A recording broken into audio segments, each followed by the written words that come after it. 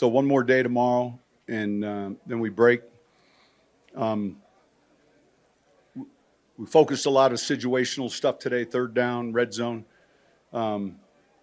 Obviously, gets a little chippy, and I liked how we responded and got through the workout. Any questions?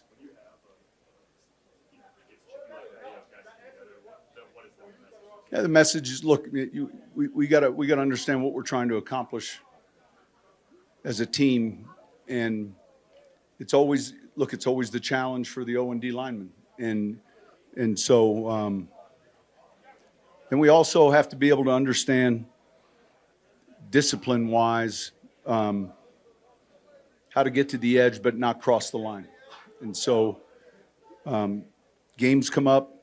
We saw it last year. Playoff run. I referenced the Cincinnati Bengals penalty late. You've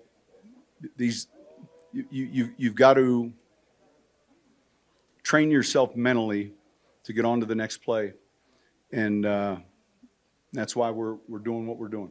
The final day of minicamp, Coach, a lot of teams have the paintball and the goofy stuff. They've had some field days. Where are you on that? Yeah, we have a practice. Now, the time constraints tomorrow are much different. Basically, there's X number of hours they give you for 3 days. We took the big chunks yesterday and today. Tomorrow will be a much shorter practice, but it'll be practice. Sean, how much of a break do you take from the normal years, like kind of last year, in the 5 weeks where you're not thinking about play design? How much do you want your coaches and players to kind of turn their mind off, or do you want to kind of... Well, let's start with the players. Look, we're physically at a point where these guys have done a lot of work, and we talked to them today about how quickly it can dissipate. We kind of use that analogy. If you're climbing something, it's much easier to rappel down. It's slow going up, and so the time away is healthy for them. They'll all have a workout plan. We'll have some players here that are still, recovering from injuries. Myself, I said, I think before, I have a daughter getting married in a couple days, and then I'll get away and then come back and get ready for training camp. So that part of the schedule really hadn't changed much in 16, 17, 18 years.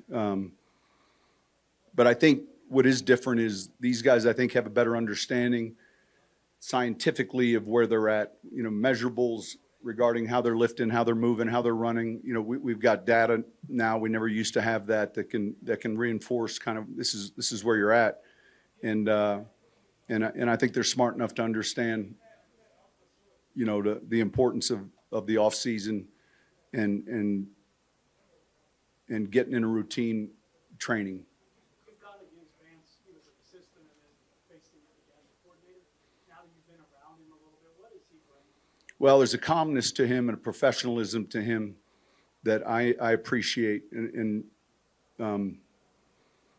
we always found a way to shake each other's hand after a game or talk to each other. I just think that there's a poise and a credibility when he presents that's impressive. I think he's an extremely good communicator, and I think he's an extremely good leader. And I think I was fortunate, and look, it never gets mentioned, but dating back to even 2006 when I first became a head coach, of understanding the importance of hiring the right staff, and I think we've been able to do that. We've got guys that are teachers. We've got young, we've got old, a lot of different former experience.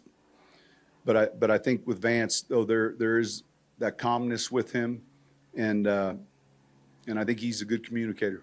What is it like having a guy who so recently was the head coach of this franchise? I mean, you don't see that often, that a head coach returns. Yeah, Just a couple years later. I never even, honestly, I never think about it. I think through the process, the interview process of visiting with him, it wasn't something that I looked upon either way. You know, and shoot, he didn't either. And so, you know, he's still someone. There's 3 or 4 coaches on this staff and maybe more that will end up being head coaches. And for me, as long as I've done this, you know, you want to see those guys have success. I love seeing Dan Campbell in what he's doing in Detroit, and Doug Marrone and Dennis Allen and a number of coaches go on to positions and fulfill their goals, and that's what we're trying to do. You know, my early years in New Orleans, we had success, and Mr. Benson, the late Mr. Benson, came to me and he said, "Coach, we have a lot of people interviewing our coaches," and I said, "Mr. B," I said, "that's not a problem. The problem is when no one wants to visit with our coaches."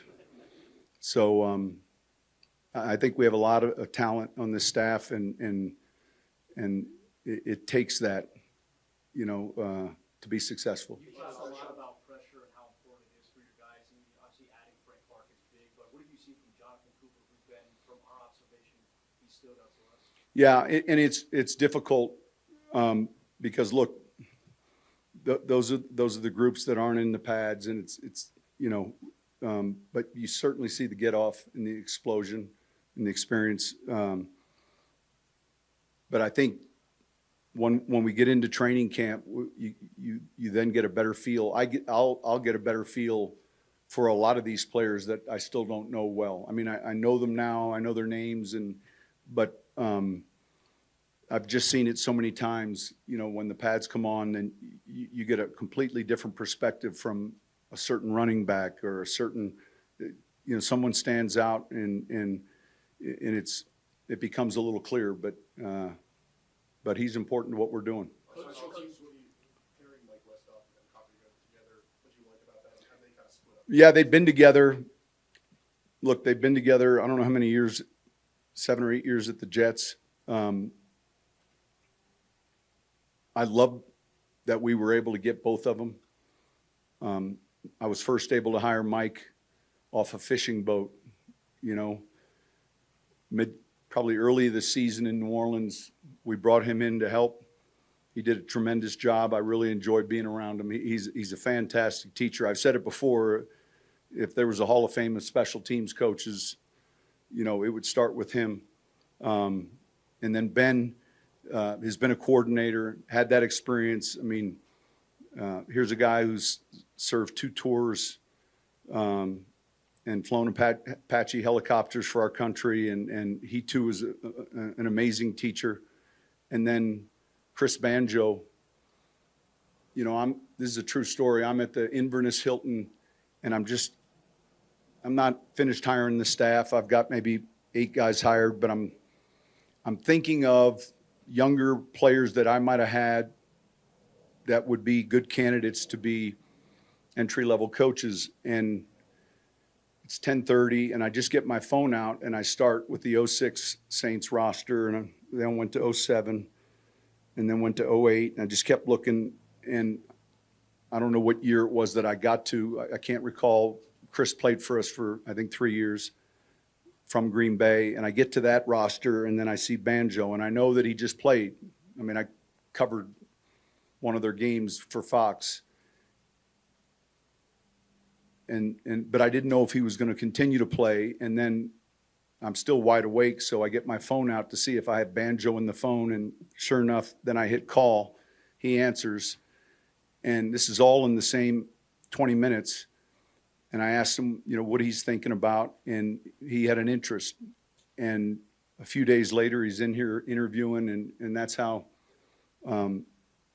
we hired Chris. And my years with him, he's going to be a young, extremely talented candidate, and someone that is one of those guys that I'm referencing. So that combination I like there. I mean, we've got experience there. We've got a former player who's a great communicator. Certainly with Mike, I know him well, and Ben has been outstanding. And so it's an important part of turning around a team's fortune. You know, if you said the quickest ways to move from where we've been to where we want to go is, you know, improving the kicking game. We talked about the offensive line and the ability to run the football. There's just certain things that I think are fundamental, and I'm fortunate to have those guys. Yeah, I think they were just going to look at his thumb. Well, I haven't gotten in the training room yet. It were just being smart. I'm sure he'll be fine. Sean, all the situational stuff you've been working on, is that based on what you've seen from this team last year or your overall experience? No, it's just what I do, and you learn stuff. Occasionally, something comes up, and you're like, man, we've got to put that on this, you know. So they changed the kickoff rule. You guys are aware of it. You know, a team can fair catch it and get it at the 25. There'll be, I think, strategically more opportunities where teams who are kicking the ball decide not to kick it high. Let's say there's a foul on a scoring play and you have it at the 50-yard line and you kick it in the air and they fair catch it, it's at the 25 and you don't realize any of the penalty. I was kind of pushing for that. You know, if that were the case, I would have thought we would have put the ball on the 10 to realize the 15-yard personal foul, but that's not the case. So, well, the last thing we're going to do is, unless we're late in the game, is put it high in the air and start at the 25. Because of that, you're going to see balls on the ground more. And so we just did a straddle rule. You know, you guys have all seen those balls near the sideline, and the returner's kind of in that dilemma. You know, is it going out of bounds? And so if they've got a foot that's in the paint of the sideline and then touch the ball in play, it's out of bounds and it goes to the 40. So we call it straddle. I think we're going to see that situation probably tick up a little bit as a result of the rule change. Anything else? Yeah, South Carolina. We call it F-back. Yeah, H would be the halfback. But he fits, yeah. So the first question we asked ourselves is, does he go to the tight end room or does he go to the running back room? And, well, he can go to either. He goes to the tight end room, but he would be an F tight end that would be used at times in some roles that, like Burton, would be used in. So he would be an F candidate. We had three guests you guys probably all recognize. When I first toured the facility and I walked through the building and got into the training room, I thought, I got to meet this Greek guy. And so I met him for the first time today. Of course, John Elway was out here in the same draft. So Elway's picked number 1 overall. And I always said I would have never made that trade. I would have forced him to play with the Yankees. I've gotten to know John really well, and I think it was the 40th anniversary recently of that trade, and I texted him the worst trade in the history of football. And then that same draft in the 12th round, so that couldn't have been the same day, all right. Carl Mecklenburg was drafted at a University of Minnesota, and he was out here today. It was great to meet him. You know, I said to our players, 95% of the media attention during the draft is focused on the first round. And the teams that draft well, you know, draft well past that. And he's a perfect example. I mean, 12th round, you know, that's pretty impressive. All right. Thank you.